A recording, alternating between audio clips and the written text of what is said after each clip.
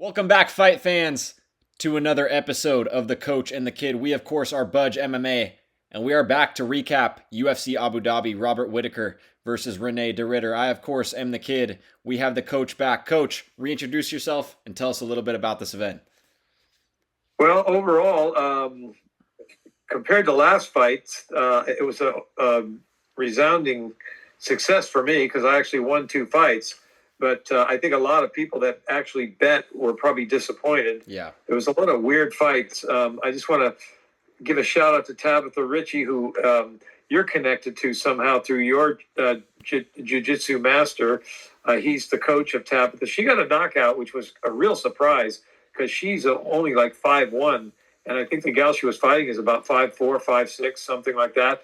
And she was not expected to get inside and knock her out, but I think the gal she fought quit on her.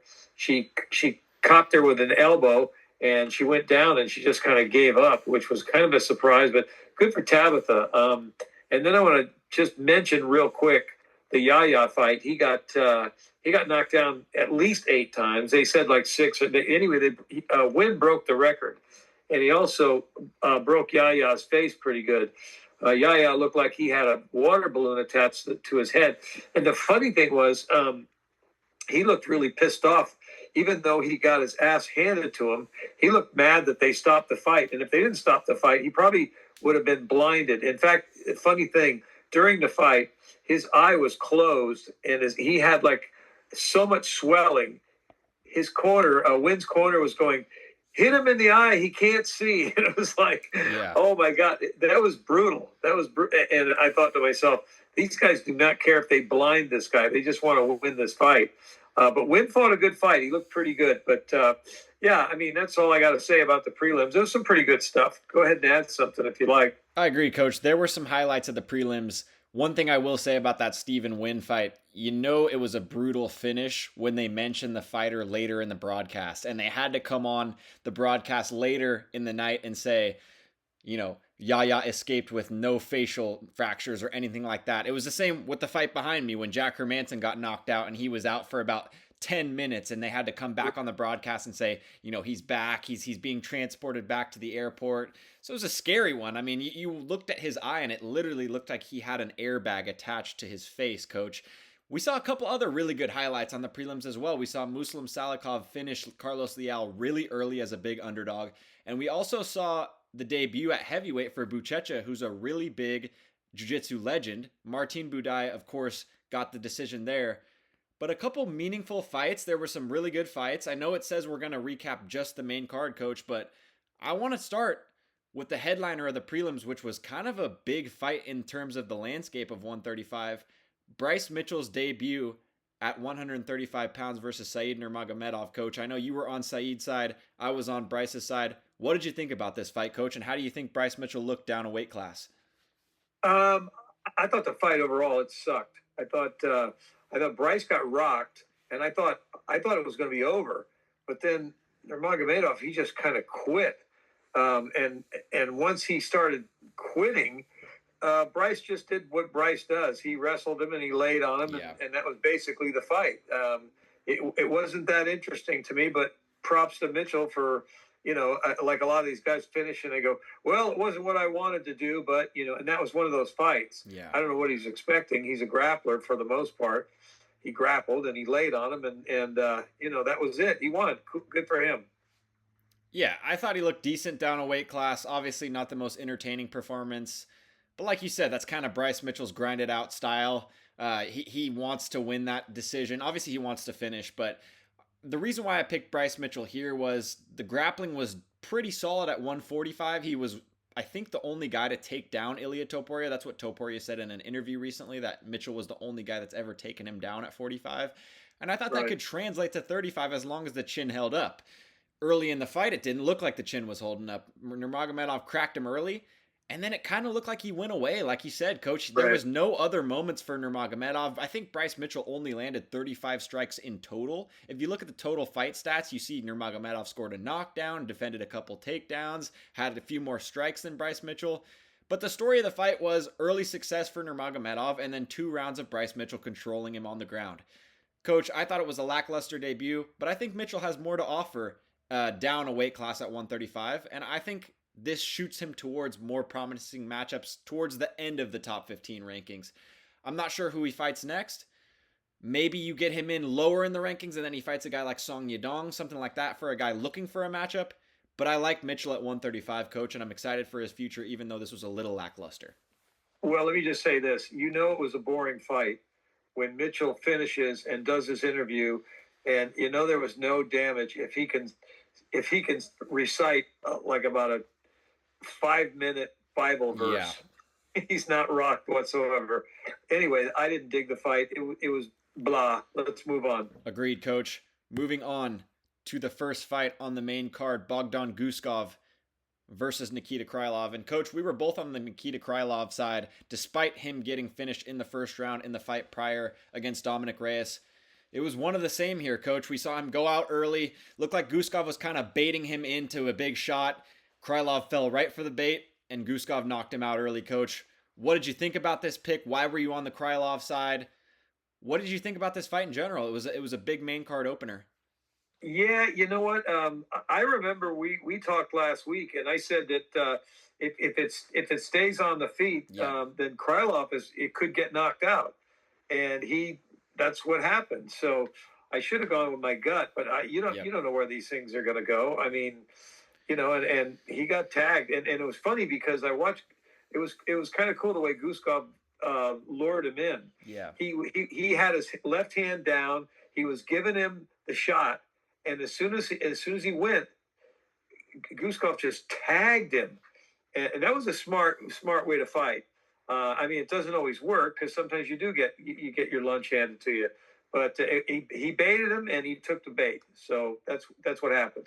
Agreed, coach. Guskov now has 3 finishes in a row, and he's looking promising in this 205 division. He set a major trap. Krylov fell right in. I think Guskov gets finished or beaten by a majority of the upper echelon of the division. I think he's pretty one-dimensional. I don't see a lot of, grappling tools or anything like that. We saw Billy Elikana, who got a win earlier in the card, have his back for over a round.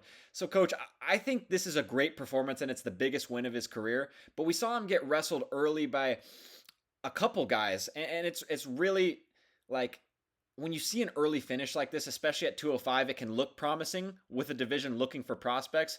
I don't think this is a guy that challenges for a title. I don't think this is even a guy that breaks into the top 5. But, coach, it was his night in Abu Dhabi, and good on him. Yeah, I agree. Guskov is not that good. Yeah. He knocked a guy out, and that's exciting and good for him. But I don't think he's cracking. He's certainly not cracking the top 10 for sure. He's not that great, but he made some money maybe. I don't know. Agreed, coach. We see it all the time in the upper heavyweight divisions, the higher weight classes. Like a guy like Tai Tuivasa was 1 fight away from a title shot. Guys that are really not that skilled going in and banging and getting these wins. I think he gets beat by a lot of 205ers. There's too many guys at the top of that division. I think maybe they give him a Jamal Hill matchup next, coming off of a loss, is Jamal Hill. And I think Jamal Hill puts him away, honestly. I don't think Guskov can hang with the top 5. Coach, let's move on. And next we have Jose Ochoa versus Asu Almabayev. Coach, for me, this was my fight of the night pick. And we said, barring it lasting that long, it could be fight of the night. It was exciting in spurts. I think there was a few moments where Ochoa had a submission latched up or he landed a big shot. When Ochoa was on the offensive, the fight was exciting. When Almabayev was kind of in control of where the fight was going, it was a very lackluster fight, coach. And there were a couple good grappling exchanges that I really, really enjoyed watching. But overall, Almabayev takes a 30-27 decision, coach. Not much here for me. I thought Ochoa showed some promise in the scrambles. I think Almabayev's a great grappler at controlling you. I think Ochoa showed me a lot of promise in the fact that he didn't accept position. He was trying to get off his back. He was trying to throw up submissions. But that doesn't always work, coach. In the third round, I understand where you're trying to be. You're trying to jump that guillotine, but Almabayev's already sweaty. What are the odds you pull that guillotine out? It was close, but in that moment, keep it on the feet and just try to take your chances. You just finished a guy in the second round in your last fight. Coach, I like some things from Jose Ochoa, which was our pick. We went 0-2 on the main card here. but there was just some things that I thought there was a lack of experience, and it really showed here. What did you think, Coach? This was a level, one of those what they call a level fight. Yep. And Alma is an upper level, and he showed it. Ochoa came in a little cocky. He's expected to do so much. Sometimes these guys are known as strikers, and they want to prove it, so they come out and just start throwing. But they forget that they've got to defend too. Yep. And we saw this with I keep forgetting this guy's name, Elzuber or whatever the hell his name is. Yeah, Zellhuber, right? And he came out, and he's known as a big striker, and everybody's waiting for him to put the lights out of the guy. And you that's the thing about MMA and being in the UFC. UFC is the major leagues, yep. And your MMA better be sharp. You better know everything. You better know how to get out of stuff, and that's why when you see these top tier guys, it comes down to little tiny things. Figuring out how to get away from a guy who's got your wrist tied up, or knowing when to slide out of a chokehold. You know what I mean? Or knowing when to slide your hips over to get out of something. And you just don't see them with these younger guys. They just they know like one or two things, and they depend on that. And for a guy that's a little more seasoned, like Almabayev, he's going to figure you out. Yeah.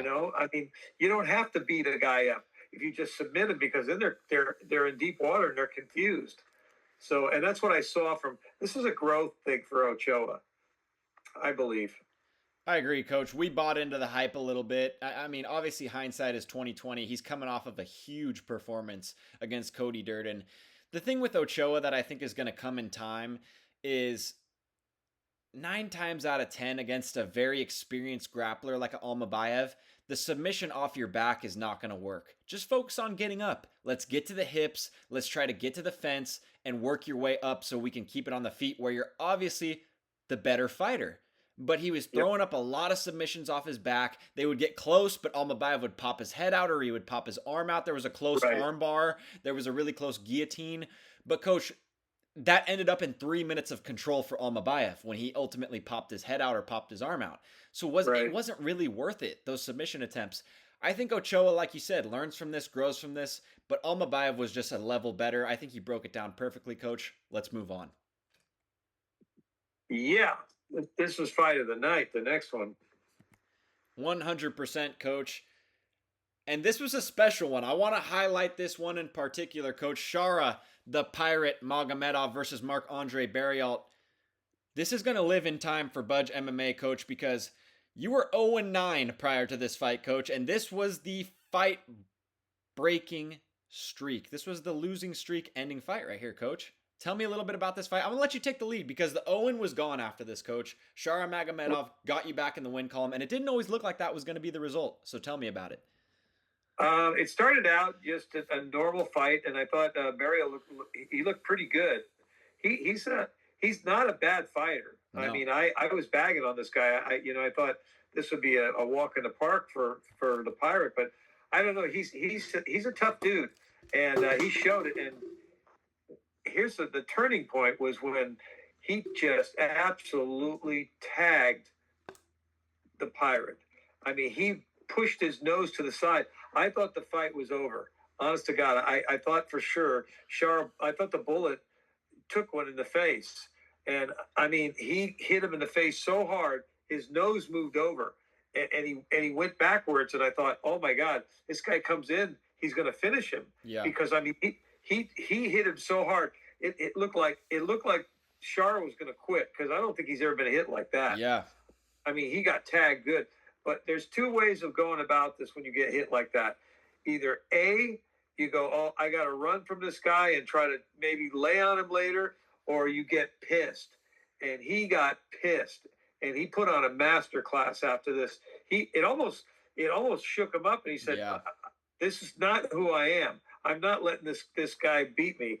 And he just did whatever he wanted after that. And by the third round, here's a guy with a broken nose, and he's bloody. He's just dancing around and toying with this guy in the third round. And I thought that was a badass fight right there. Talk about turning it around. That was awesome.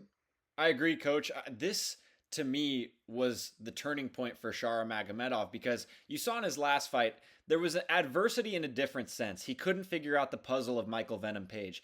But this was the first time you've seen him face true adversity during a fight. There was no moments where Michael Venom Page hit him hard, decked him, you know what I mean? He had to come back from physical adversity. It was more so like frustration because Michael Venom Page is such a tough puzzle to solve. But for me, this is where Magamemedov grows as a fighter, because he entered flow state after that, coach. It almost switched him on, like you said. And I think Andre Barriault carried out his game plan super well. He used the clinch very effectively, and that's what you got to do against a guy like Magamemedov, who loves his space. When you're such a creative striker and a guy that's really intuitive on the feet, you hate being crowded. You want to have that space so you can throw your big techniques. And Barriault really used his game plan to effect. I think that was had to be what his coaches had planned up for him. But after that big shot, coach, Magamemedov switched it on, and I thought it was a brilliant performance. 100%. Fight of the night. Agreed, coach. Magamemedov defeats Marc-Andre Barriault by unanimous decision. And let's move on, coach. We have the co-main event. Petr Yan versus Marcus McGee, coach. I thought this was a brilliant performance from Yan. This was our pick of the week, our lock of the week, per se. And we called it, at least I did, an early finish. But this was almost even better in solidifying his case as the true number one contender in the 135-pound division, coach. Petr Yan dominates Marcus McGee over 3 rounds. And we talked about level fights, where there's a major step up in competition for one guy. And I think for Marcus McGee, this was a major learning point. And he really got schooled by Petr Yan here, coach. The thing that I love about Petr Yan's boxing is he'll lure you in, almost like what we talked about in the first fight of the night, but he does it in a different way. He appears so hittable when he comes in with his hands up directly in front of you, and he does that so that you throw shots that look like they're landing. They're hitting the arms, they're hitting the shoulders, they're hitting the body, but he wants to throw one back over the top, and it was to repeated success in this fight. I thought it was vintage Yan. I thought it was one of his best performances to date, coach, and now with 3 wins in a row against Yadong, Figueiredo, and now McGee, this is the next guy in line for Merab Dvalishvili's throne. Let's run that fight back. What did you think about it, coach? I agree with you, because I thought that it was a classic Petr Yan. He's a slow starter. Yep. And we talked about this in our pre-meeting, and he just he's uses the computer brain of his for the first round, just to kind of, and the peekaboo style, I like it, because he doesn't look like you can hit him. I mean, he blocks everything with his hands, but meanwhile, he's throwing these little kicks. He's keeping guys back. He's actually checking his length and seeing what the guy's throwing and looking for patterns. That's what I believe anyway. Yeah. And he's figuring out what this guy's all about. Not to take anything away from McGee, he was actually better than I thought. Mm-hmm. McGee looked good, and I like him. I like his personality. I like who he is. I think he's a good person. I think he got into the fight game late. Yeah. And he works hard. And it was a really good tune-up for Petr Yan. It is definitely a level fight. He's levels above McGee. And he will be going against Merab again. Merab he's a real puzzle. He's such a clown. And he's a likable guy. I didn't like him at first, but I just love the guy. And Petr Yan's the kind of guy, too, that grows on you. And I really liked him tonight. I thought it was very surgical, the way he took McGee apart. Because if you didn't know much about these guys, you'd think McGee's going to take him. McGee's got a build on him, too. He looks indestructible. And Yan, there's nothing special about him. You know, he doesn't look there's nothing special looking. He's not a guy that's ripped, and like McGee is like he looks like an animal. Yeah. And Yan comes out and he just figures things out, and he's pecking away, figuring out length and all that kind of stuff, and then he just toys with the guy. He's getting, it's like a sparring thing for him. McGee's killing himself to get points, and Yan is just going, I'm going to just figure this guy out. Tap, tap, tap. Punch, punch, punch, lands when he wants to. He gets a guy falling asleep, and then he tags him. He's a great fighter. In my opinion, he's a great fighter. I agree, coach. It was absolutely clinical. And the thing about Jan is he's such a masterful striker that you wouldn't even be able to tell what his natural stance is because he's so good at switching in and out of stances. He'll throw a punch from orthodox and that punch will take him into southpaw just naturally. It's so beautiful. You don't see many guys, especially in MMA, be able to do that. They're usually so one-dimensional in their stance. They have a bladed stance that they really don't come out of. Jan will throw a punch that takes him into another stance so that he can give you a different look. I can't go on enough about Jan's style. I think it's so difficult. And when people watch him, I think we almost take Jan for granted for how good he's been. This is a guy that's going to be in the Hall of Fame one day. He was a dominant champion, and his run kind of got put to a halt by that weird, very controversial ending against Aljamain Sterling. And I think he's been really screwed over by the judges a couple times. But what I'll say about Petr Yan, coach, he's never reluctant to take a fight. This is the second time in his career where he's taken number 13 as the number one contender. He took Sean O'Malley before his title run where I thought he won that fight, coach. We were both in agreement there. We thought Petr Yan beat Sean O'Malley, but nonetheless, he didn't have to take that fight. He was the number one contender. He was coming off of winning the interim belt, and he took that fight against number 13 Sean O'Malley. And now he takes a fight against Marcus McGee when he was in prime position for the next title shot. And he puts on a clinic and shows everybody why he's next in line, coach. Classic Petr Yan. One of my favorite guys to watch. It was beautiful. It was MMA.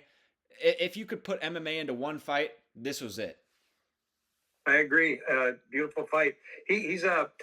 I've never really watched him before. I know you've been a fan for years, Yeah. And you make a great point about the switching stances. I never. You take all that for granted. You just figure a fighter's a fighter, but you watch this guy fight, and like you said, he throws a punch and then he's southpaw. Yeah. And he goes back, and then he goes back. It's like, how do you fight that, man? Especially when your strengths are on either side and your movement is so good. And the guy, you're trying to figure him out, but he's so busy figuring you out that it confuses you, you know? So yeah, great fighter.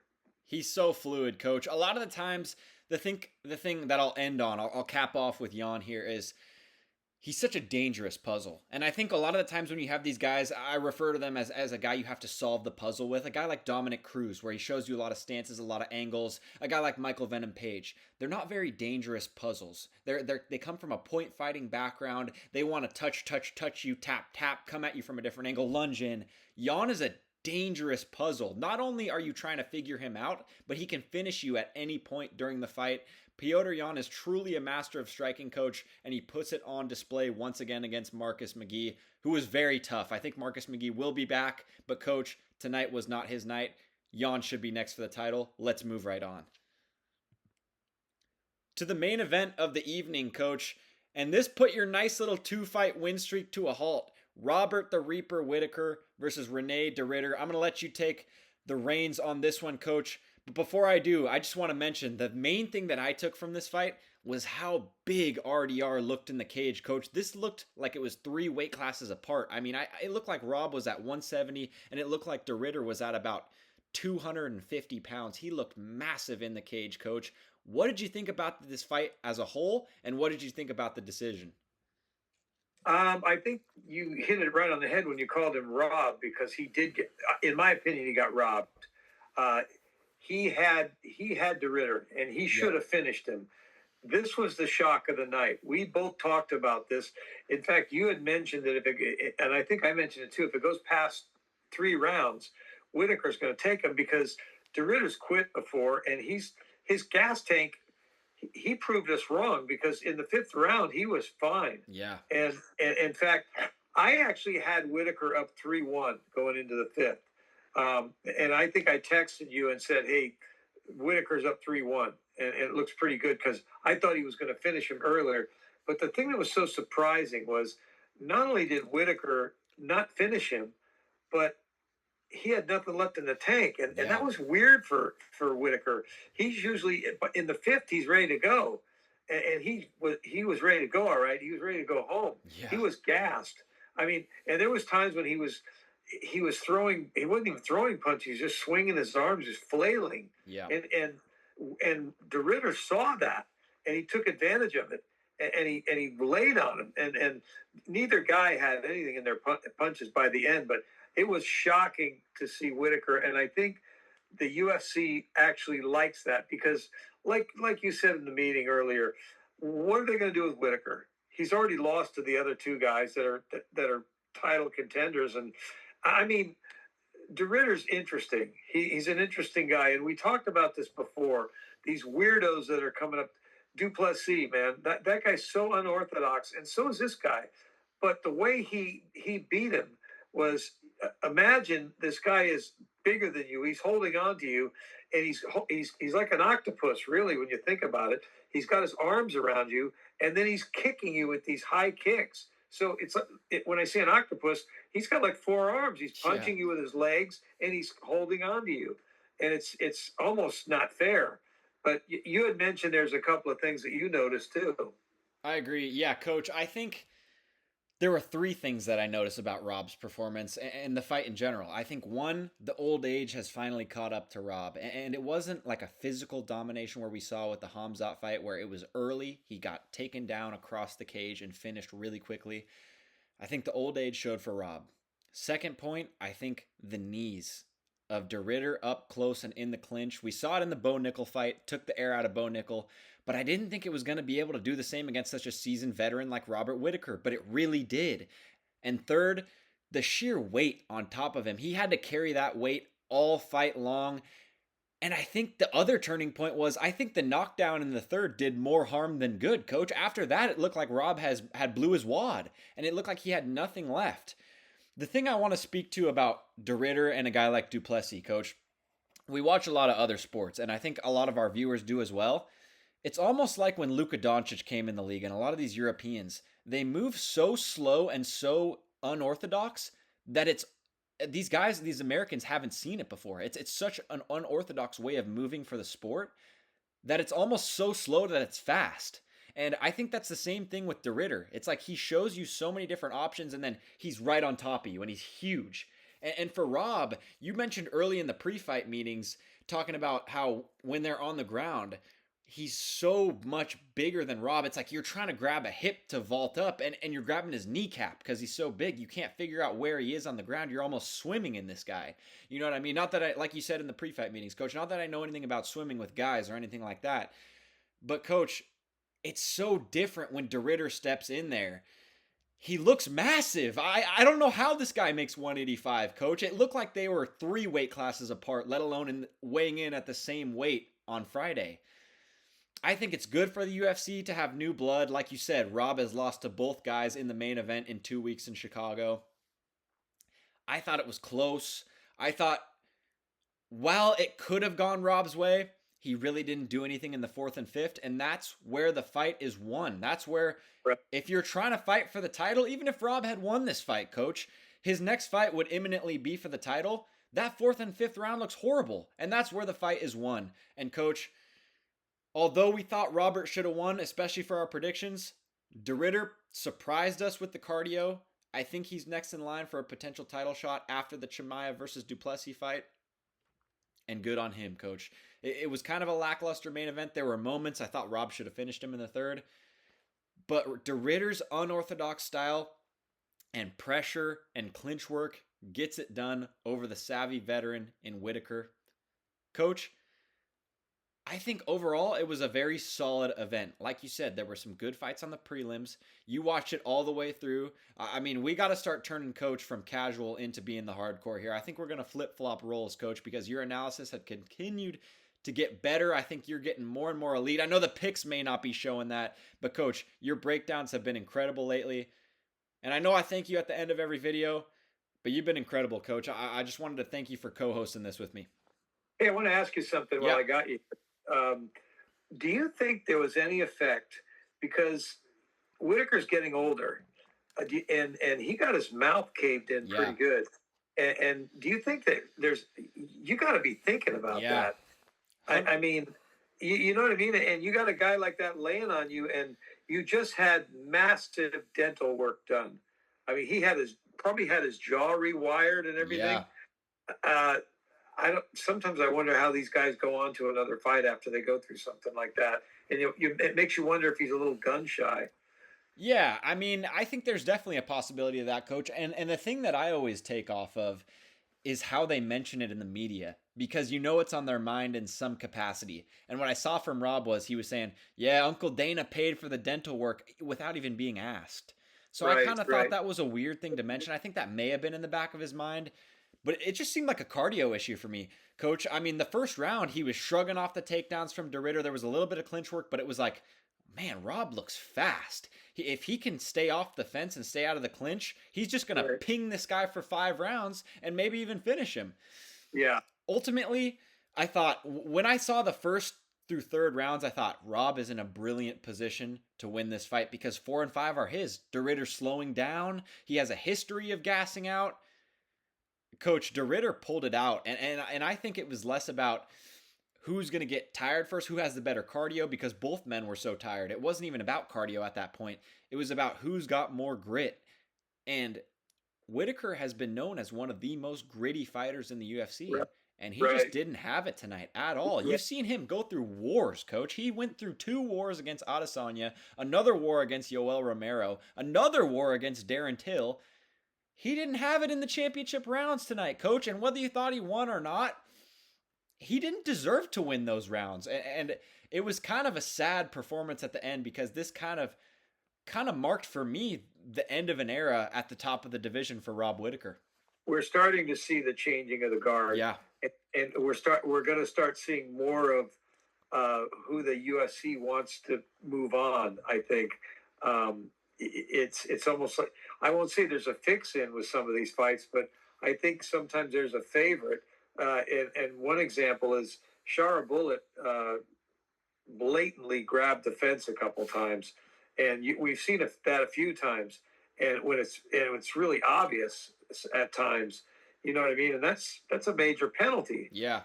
And I don't know, man. So, and it makes you think, well, they're not going to call some things. It's like how you are starting to wonder about some of the NFL refs, Yeah. with some of the holding calls and stuff, especially in key moments. Yeah. But you know what? After all is said and done, that's why we love sports, because we really don't know what the hell's going to happen. And we didn't know tonight. And I'm sure a lot of people lost their money. That's why we tell people, I'm going to tell you something. I don't bet, but Thank God. It's fun doing these podcasts with you because I'm a competitive guy. I want to win. Even if there's nothing on the line, if I say that this is going to happen, I want it to happen. And I know you feel the same way. And I know you gave me a hard time on losing 6 in a row and then losing 2 more. I was so geeked up about finally winning one that when we got to the Whittaker fight, I was like yelling at him to finish this guy. Yeah. And I thought for sure, Shar, when he got tagged, he got his face caved in, his nose moved side to side. I thought, oh man, here we go again. I'm going to be 0-9, But you don't need to spend money to have a good time. It just goes to show you. Yeah. So I agree, Coach. I think that's enough skin in the game as is. I think us as people putting our media out there to the public, that's our reputation on the line as analysts per se. And I think our fans and our viewers can do the same thing. Drop your predictions in the comments. We want to interact with you guys. We want to be able to see your guys' picks. And Coach, I thought the main event was good. I thought the event as a whole was good. One thing I'll drop. The streak is over, guys. Owen, no more. You can't call the coach Owen. There's no more Owen talk. Coach is done with that. He's going 5-0 next week. We're going to be back for Tyra versus Albazi. I know you want to say something else, Coach, but I'm going to add one more thing. If you did go against Coach's picks, going back to the main event of Derek Lewis versus Taliesin Teixeira, over the last 9 fights, you would be up $340,000 off a $100 bet, and that is no BS. But Coach, you're back in the win column. Should be 3-0, but it was 2 fights in a row. You were 2-1 in the last 3. We're not going to talk about the previous 3. You're rolling into next week, Coach. I know you got one more thing to say. Hit me. Kid, I love you, but you're the only one that calls me Owen, okay? So stop saying that the fans are out there calling me Owen, because they're not. You're the guy that tagged me with that, okay? So stop going, hey, stop calling him Owen. You're the guy who does it, all right? Fair. Coach, it was an encouraging last 3 fights of the night for the coach and the kid. I'm going to keep saying it until it happens. The coach is going 5-0 next week. We are back for Tyra versus Albazi. And after that, we are going to Chicago for Chimaev versus Duplessis. Be on the lookout for 2 6-0 weeks from the coach. We are the coach and the kid. We are Budge MMA. And we're out. Love you, coach. A lot of pressure on me, kid. See ya. Let's Talk go. to you soon.